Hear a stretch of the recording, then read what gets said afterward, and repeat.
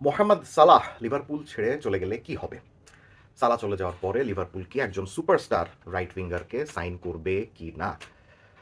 সালাহ চলে যাওয়ার পরে লিভারপুলের ডাইনামিক্সটা কেমন হবে? এটা নিয়ে অনেক প্রশ্ন, অনেক জিজ্ঞাসা, অনেক কৌতূহল সবার মধ্যে। এবং কৌতূহল হওয়াটাই স্বাভাবিক যে গত প্রায় এক দশক ধরে সালাহ যে লিভারপুলের অ্যাটাকিং ল্যান্ডস্কেপের মেইন ম্যান ছিলেন, অর্থাৎ লিভারপুলের আক্রমণ ভাগের যে উনি পোস্টার বয় ছিলেন, সেই আক্রমণ ভাগের পোস্টার বয় যদি চলে যায় তাহলে স্বাভাবিকভাবেই একটা শূন্যতার সৃষ্টি হয়। সেই শূন্যতাটা লিভারপুল কিভাবে পূরণ করবে? গত এক দশক আমরা কিন্তু দেখেছি যে লিভারপুলের অ্যাটাকিং ডাইনামিক্স সালাকে কেন্দ্র করে হতো, অর্থাৎ সালা কিভাবে ম্যাক্সিমাম গোল করতে পারে সেই জিনিসটা মাথায় রেখেই কোচেরা ট্যাকটিক্স নির্ধারণ করতেন।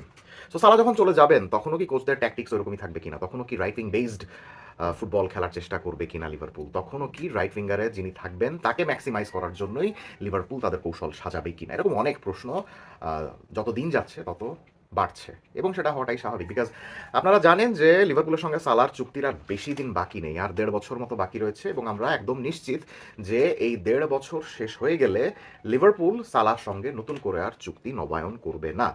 এই 6 মাস আগে যে সর্বশেষ চুক্তি নবায়ন করেছিল সেটাও কিন্তু একদম লাস্ট মোমেন্টে গিয়ে করেছিল। আপনারা সবাই জানেন, আমরা তখনও কিন্তু মোটামুটি আমাদের মনে হয়েছিল খুব সম্ভবত লিভারপুল সালা এবং ভ্যান ডাইকের সঙ্গে চুক্তি হয়তোবা নবায়ন করবে না। খুব সম্ভবত গত সিজনের পরেই মোহাম্মদ সালাহ লিভারপুল ছেড়ে চলে যাবেন, কিন্তু সেটা হয়নি। তার পারফরমেন্স দেখে লিভারপুলের কর্তা ব্যক্তিরা একদম অবিশ্বাস্য একটা কাজ করেছিলেন, যে কাজটা তারা সচরাচর করে থাকেন না। তারা বয়স্ক খেলোয়াড়কে 2 বছরের চুক্তি দিয়েছিলেন। সো গতবারই যেহেতু চুক্তি নিয়ে এরকম টানাটানি ছিল, এই 2 বছর শেষ হয়ে যাওয়ার পরেও যে টানাটানি হবে না এটা কিন্তু বলা যায় না, বরং চোখ বন্ধ করে বলে দেওয়া যায় যে লিভারপুল মোহাম্মদ সালাহর সাথে আর নতুন করে চুক্তি নবায়ন করবে না। সো 2 বছর তো অনেক দূরের বিষয়। অবস্থা দৃষ্টে যেটা মনে হচ্ছে সেটা হলো সামনের 6 মাস পরে যে গ্রীষ্মকালীন দলবদল আসবে, 6 মাস পর না, আর একটু কম সময় পরে যে গ্রীষ্মকালীন দলবদল আসবে, সেই দলবদলে মোহাম্মদ সালাহ লিভারপুল ছাড়ছেন, এটা আমরা মোটামুটি ধরে নিতে পারি। বিকজ আপনারা জানেন যে গত কয়েকদিন ধরেই সৌদি প্রো লিগে একটা বিশাল পরিবর্তন হচ্ছে, যে পরিবর্তনের কারণে ক্রিস্টিয়ানো রোনালদোর মতো তারকা স্ট্রাইক করেছেন। কেন করেছেন? বিকজ আল ইত্তিহাদের main man poster boy Karim Benzema Saudi pro লিগের আরেকটা ক্লাবে যোগ দিয়েছেন, আল হিলালে যোগ দিয়েছেন, এবং আল হিলালকে আরও বেশি শক্তিশালী করেছেন। ক্রিস্টিয়ানো রোনালদোর মতে যে এভাবে সৌদি প্রো লিগের একটা দল থেকে যদি সুপারস্টার আরেকটা দলে চলে যায় তাহলে একটা বৈষম্যর সৃষ্টি হয়, দলগুলোর মধ্যে একটা সাম্যতা থাকে না। যে কারণে তার কাছে মনে হয়েছে যে আল হিলালে যদি বেনজেমা চলে যান তাহলে আল ইত্তিহাদ আরও বেশি দুর্বল হয়ে যাবে এবং আল হিলাল আরও বেশি শক্তিশালী হয়ে যাবে, এবং সৌদি প্রো লিগের দলগুলোর মধ্যে শক্তির একটা বেশ বড় রকমের তারতম্য দেখা যাবে। সো আল ইতিহাদ যে বেনজেমাই ছেড়েছেন শুধু ব্যাপারটা সেরকম নয়, তাদের আরেকজন পোস্টার বয় এনগোলো কান্তে তিনিও কিন্তু আল ইতিহাদ ছেড়ে দিয়েছেন। সো আল ইতিহাদের মধ্যে এখন সুপারস্টার তেমন নেই আর কি। সো এই সুপারস্টারের অভাবটা পূরণ করার জন্য খুব সম্ভবত দলটা সামনের সামার উইন্ডোতেই মোহাম্মদ সালার জন্য একটা বড়সড় বিড দিতে পারে। এবং যেই খেলোয়াড়ের বয়স 30+ এবং যার সঙ্গে লিভারপুলের চুক্তি আর মাত্র 1 বছর বাকি রয়েছে, এরকম সিচুয়েশনে লিভারপুল একটা বড় বিড আসলে যে সেটাকে রেজিস্ট করবে এটা বলা যায় না। মোটামুটি একটা 60 মিলিয়ন+ বিড চলে আসলেই লিভারপুল সালাকে বিক্রি করে দিবে আল ইত্তিহাদের কাছে, অন্তত আমার কাছে এই জিনিসটাই মনে হচ্ছে। কারণ সালা চলে যাওয়ার পরে লিভারপুলের কি হবে, তারা একটা নতুন রাইট উইঙ্গার নিয়ে আসবে কিনা সেটা তারা করতেই পারে, আরেকজন নতুন সুপারস্টার রাইট উইঙ্গার নিয়ে আসতেই পারে। সেক্ষেত্রে তাদের ট্যাকটিক্সের অত বেশি পরিবর্তন করার কোনো দরকার নেই। আমিও কিন্তু বিভিন্ন ভিডিওতে বা বিভিন্ন কমেন্টে অনেকের কমেন্টের জবাবে লিখে দিয়েছি যে মোহাম্মদ সালার জায়গায় যদি সে মাইকেল ওলিসের মতো কোনো একটা সুপারস্টার রাইট উইঙ্গার যদি আসে তাহলে কিন্তু খুবই দুর্দান্ত হবে। এখন ধরেন মাইকেল ওলিসের মতো দুর্দান্ত একটা রাইট উইঙ্গার যদি লিভারপুলে চলে আসে তাহলে কিন্তু লিভারপুল সেই যথারীতি 4-3-3 ফরমেশনই থাকবে, যেটার রাইট উইঙ্গার থাকবেন মাইকেল ওলিসে, এবং তাকে অপটিমাইজ করার জন্য আরেকটা লেফট উইঙ্গার অবশ্যই লাগবে, যেহেতু লুইস দিয়াজ যাওয়ার পরে লিভারপুল ওই জায়গাটাতে তেমন কোনো লেফট উইঙ্গার এমনিতেই কিনে নাই। সো ওলিসে আসলে বা অন্য কোনো একটা সুপারস্টার রাইট উইঙ্গার আসলে যে জিনিসটা হবে, তাকে তো খেলাইতে হবেই, প্লাস তার জন্য একটা লেফট উইঙ্গারও অবশ্যই কিনতে হবে। বাকি থাকে একজন নাম্বার 9 এর ভূমিকাতে তখন আলেকজান্ডার আইজ্যাক এবং হুগো একিতিকের মধ্যে যে কোনো একজনকে খেলাতে হবে। এখন এই দুইজনকে এত বেশি টাকা দিয়ে কিনেছে লিভারপুল, তাদের একজনকে বেঞ্চে বসাবে এবং আরেকজনকে খেলাবে, এই জিনিসটা ঠিক লিভারপুলীয় নয় আর কি।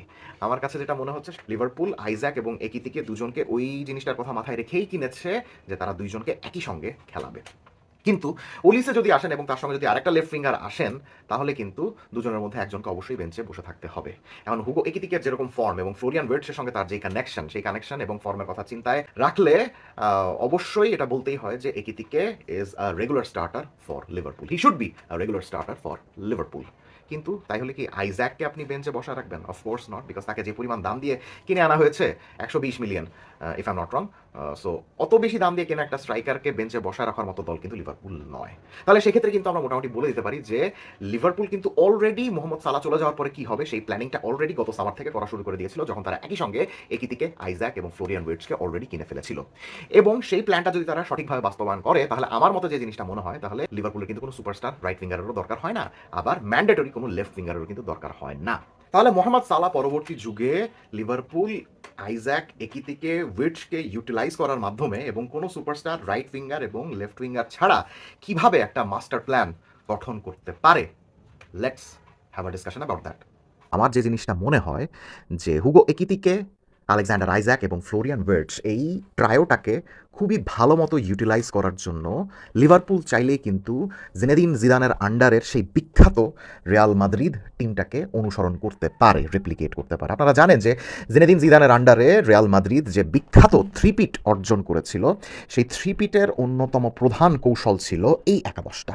তারা কিন্তু কোনো প্রথাগত উইঙ্গার দিয়ে কিন্তু খেলতো না, তারা কিন্তু গ্যারেথ বেলকে রেগুলারলি খেলাইতো না, তারা খেলতো অনেকটা 4-4-2 ফরমেশনে বক্স মিডফিল্ডের সাহায্যে। এই 4-4-2 ফরমেশনে দুজন ফরওয়ার্ড থাকতেন, ক্রিস্টিয়ানো রোনালদো এবং করিম বেনজেমা, আপনারা সবাই জানেন, এবং এই দুজনের পেছনে থাকতেন attacking midfielder the magician Isco. এবং এই তিনজনকে অপটিমাইজ করার জন্য পিছনে একটা স্ট্রং মিডফিল্ড থাকতো, যেই মিডফিল্ড ডিফেন্স থেকে শুরু করে আক্রমণ, বিল্ড আপ, ভিশন, ক্রিয়েটিভিটি সব কিছু শো করতে পারতো। কাসেমিরো ছিলেন, ক্রুজ ছিলেন, মডরিচ ছিলেন। এই তিনজন কি করেছেন, কি করার সামর্থ্য রয়েছে তা আপনারা সবাই খুবই ভালো মতো জানেন, নতুন করে বলার কোনো কিছু নেই। এবং তাদের পেছনে ছিলেন একটা প্রপার ব্যাকলাইন। সো মিডফিল্ড থেকে আক্রমণের বিষয়টা যদি আমরা দেখি, তাহলে কিন্তু আমরা দেখবো যে রিয়াল মাদ্রিদের এই দলটাতে কিন্তু কোনো প্রথাগত উইঙ্গার ছিলেন না, ছিলেন দুজন প্রপার স্ট্রাইকার। ক্রিস্টিয়ানো রোনালদো তার ক্যারিয়ারের ওই সময়টাতে পুরোদস্তুর একজন স্ট্রাইকার হয়ে গিয়েছিলেন, he was not a winger anymore. And Karim Benzema তো বেনজেমার মতোই অসাধারণ বল প্লেয়িং স্ট্রাইকার যদি কেউ থেকে থাকেন, তাহলে করিম বেনজেমা তাদের মধ্যে অন্যতম। সো বেনজেমা এসব জোনগুলোতে চলে যেতেন এবং রোনালদোকে আরও বেশি গোল স্কোরিং অপরচুনিটি সৃষ্টি করে দিতেন, এবং ইসকো অ্যাটাকিং মিডফিল্ডার হয়ে এই দুজনকে খেলাতেন। এবং পেছন থেকে ক্রুস এবং মডরিচের বিল্ড আপ এক্সেলেন্স তো ছিলই। সো লিভারপুল কিন্তু চাইলেই ওই ধরনের একটা কৌশল তারাও চালু করতে পারে। কিভাবে? আপনারা সবাই জানেন যে লিভারপুল বর্তমানে 4-2-3-1 ফরমেশনে অনেকটা এরকম ছকে খেলছে। এখন মোহাম্মদ সালাহ যদি না থাকেন, একটা প্রপার রাইট উইঙ্গার যদি না থাকেন, এবং তার জায়গায় যদি একজন মিডফিল্ডার চলে আসেন, আমি অনুমান করছি যে লিভারপুল একজন সেন্ট্রাল মিডফিল্ডার অবশ্যই কিনবে এই সামার ট্রান্সফার উইন্ডোতে, যিনি কিনা ডিপ বিল্ড আপে অনেক বেশি দলকে সাহায্য করতে পারেন। আপনারা সবাই জানেন যে ট্রেন্ট আলেকজান্ডার আর্নল্ড চলে যাওয়ার পরে লিভারপুলের ডিপ বিল্ড আপে অনেক সমস্যা হচ্ছে, তাই এখানে মিডফিল্ডারের জায়গায় ক্রিস্টাল প্যালেস থেকে তারা চাইলে ইজিলি অ্যাডাম ওয়ার্টনকে নিয়ে আসতে পারে ওই জায়গাতে। সো ওয়ার্টন যদি এখানে চলে আসেন, তাহলে জোবোসলাই কিন্তু রাইট মিডফিল্ডার এই সকল জোনগুলোতে খেলতে পারেন, ওয়েটস এই সকল জায়গাতে খেলতে পারেন। একিতিকে এখানে একজন আছেন, একিতিকের জায়গায় আইজ্যাককে নামার জন্য আমরা ম্যাকালিস্টারকে বেঞ্চ করতে পারি, বিকজ সম্প্রতি ম্যাকালিস্টার কিন্তু অত বেশি রেগুলারলি ভালো খেলছেন না, তাই একিতিকে আইজ্যাককে সামনে রেখে অপটিমাইজ করার জন্য ওয়েটসকে অ্যাটাকিং মিডফিল্ডারের এই ভূমিকাটা দেওয়া যেতে পারে, যেখানে তিনি লেফট হাফ স্পেস থেকে এই সকল জোনগুলো খেলবেন, এবং ডান দিকের এই জোনগুলো কভার করার জন্য থাকবেন ডমিনিক জবোসলাই। আইজ্যাক মোটামুটি প্রপার নাম্বার 9-এর ভূমিকাতেই খেলবেন, একিদিকে কখনো বেনজেমার মতো এ সকল জোনগুলোতে ড্রপ ডাউন করে ওয়েটসের সঙ্গে কম্বাইন করবেন। আর আমরা দেখেছি এই সিজনে একিদিকে আর ওয়েটসের মধ্যে কম্বিনেশনটা কতটুকু দুর্দান্ত হচ্ছে। সো উপরে একিদিকে আইজ্যাক এবং তাদের পেছনে ওয়েটস এবং জবোসলাইকে রেখে পেছনে যে দুজন মিডফিল্ডার থাকবেন, সেই দুজন মিডফিল্ডারের জায়গায় অ্যাডাম ওয়ার্টনের ব্যাপারে তো একটু আগে বললামই, আর রায়ান গ্রাভেনবার্গ অসাধারণ ডিফেন্সিভ মিডফিল্ডার, গত সিজনে তিনি লিভারপুলকে লিগ জিততে সাহায্য করেছেন নাম্বার 6-এর জায়গায়। সো তিনি যদি পাশে ওয়ার্টনকে পান, আমরা জানি যে গ্রাভেনবার্গ খুবই দুর্দান্ত মিডফিল্ডার, যিনি কিনা বল ক্যারিংয়ের ক্ষেত্রে, ড্রিবলিংয়ের ক্ষেত্রে অসাধারণ, কিন্তু পাসিংয়ের ক্ষেত্রে অত বেশি ভালো নন। হ্যাঁ, যে কারণে কিন্তু ওয়ার্টনকে এখানে নিয়ে আসা। সো গ্রাভেনবার্গ ওয়ার্টনকে পেছনে রেখে সামনে ওয়েটস এবং জবোসলাই থাকলে লিভারপুল কিন্তু অনেকটা এরকম ফরমেশনে চলে যেতে পারে, এবং এই ধরনের ফরমেশনে তাদের কিন্তু প্রপার রাইট উইঙ্গার এবং লেফট উইঙ্গার রাখার কোনোই দরকার নাই। এখানে যদি কোনো উইডথের দরকার হয়, তাহলে জেরেমি ফ্রিম্পং তো রয়েছেনই, একই কাজ কিন্তু মিলোশ কেরকেশ করতে পারেন এই সকল জোনগুলো থেকে। In case Liverpool needs any kind of overlapping with, Kerkez and Frimpong can provide that. And আপনারা সবাই জানেন যে ইব্রাহিমা কোনাটে এখনও কিন্তু লিভারপুলের নতুন কন্ট্রাক্ট সাইন করেনি, সো আমরা ধরে নিচ্ছি তিনি সামনের সিজনে থাকবেন না, তার জায়গায় থাকবেন জেরেমি জ্যাকে। সো জ্যাকে এবং Van Dijk is a very good defensive base, যারা কিনা লিভারপুলকে ডিফেন্ড করতে সাহায্য করবে। এখন আপনার কাছে মনে হতে পারে যে এরকম আক্রমণ ভাগ এবং এরকম মিডফিল্ড কিন্তু ডিফেন্সিভলি অত বেশি স্ট্রং না, আপনার কাছে মনে এটা কিন্তু হতেই পারে যে রিয়াল মাদ্রিদের ওই দলটাতে ডিফেন্সিভ মিডফিল্ডে কাসেমিরো যেরকম ডিফেন্সিভ একটা সলিডিটি দিতেন, লিভারপুলে ওই সলিডিটি দেওয়ার জন্য ওরকম খেলোয়াড় কিন্তু নাই, অ্যাটলিস্ট এই দলটাতে নাই।